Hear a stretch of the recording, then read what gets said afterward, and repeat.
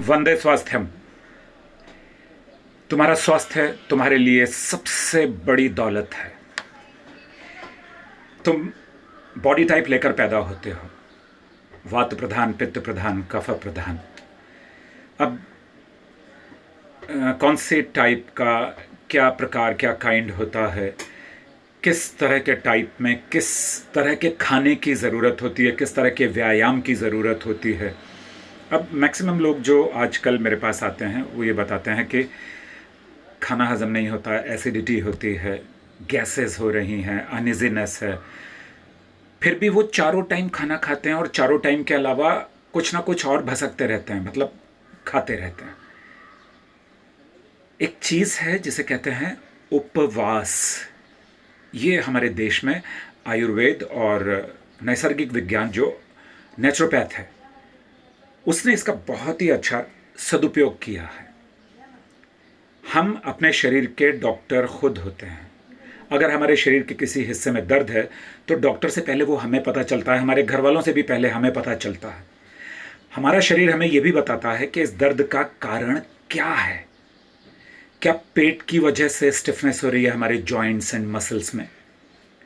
क्या हमें जो उल्टी आ रही है, क्या हमारी जो कमर में दर्द हो रहा है वो गलत तरीके से उठने बैठने में हो रहा है?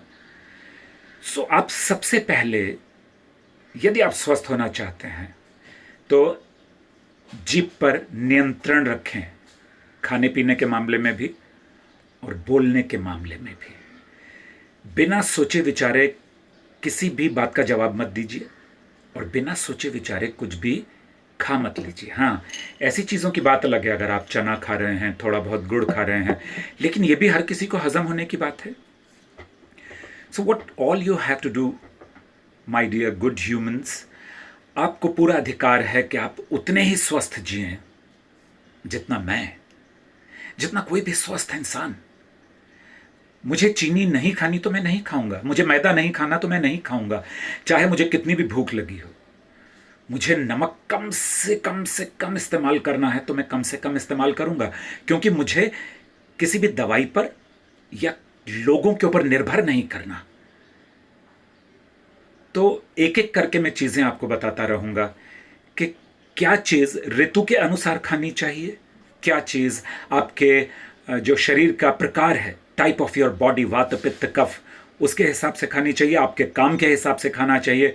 कितनी देर बैठें, कैसे सोएं, कैसे उठें, उठने के बाद में क्या करें, सोने से पहले क्या करें, पानी कब पिएं, कितना पिएं। अब एक काम मेरा आप कीजिए, मैंने जितनी चीज़ें बताई हैं उन्हें सिलसिलेवार लिखिए, क्या क्या चीज़ मैंने बताई है, फिर वो मुझे मेल कीजिए healthyyouhappenings@gmail.com, या मेरे व्हाट्सएप पर भेजिए मुझे, या मेरे ट्विटर हैंडल पर भेजिए, या फिर मेरे यूट्यूब पर एक छोटी सी वीडियो आप बनाकर आप मुझे भेजिए। खैर, आप मुझे भेजिए, फिर मैं आपको कदम दर कदम बताऊंगा। बहुत सारी बीमारियां ऐसी हैं, बहुत सारी, जो कम से कम 90% बिना बीमारी, बिना दवाई खाए ठीक हो सकती हैं।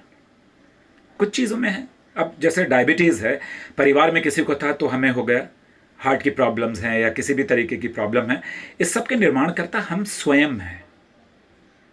तो वही फिर से दोहराता हूँ, जीभ पर कंट्रोल, स्वाद यानी कि खाने के लिए भी और बोलने के लिए भी, तो आप पूरी तरह स्वस्थ रह सकते हैं। सहयोग लीजिए एक दूसरे का, खान पान पर ध्यान कीजिए, व्यायाम कीजिए, विचारों को अपने नियंत्रित रखिए, सब चीज़ें अच्छी होंगी। मुझसे बातचीत कीजिए, मुझे लिखिए, अपनी सुनिए और उसकी उसकी मतलब वो ईश्वर की बात नहीं मैं कर रहा हूँ, ये जो नेचर है, हर मौसम में उसने वो चीज़ें बनाई हैं जो उस मौसम में आपको हजम हो सकें।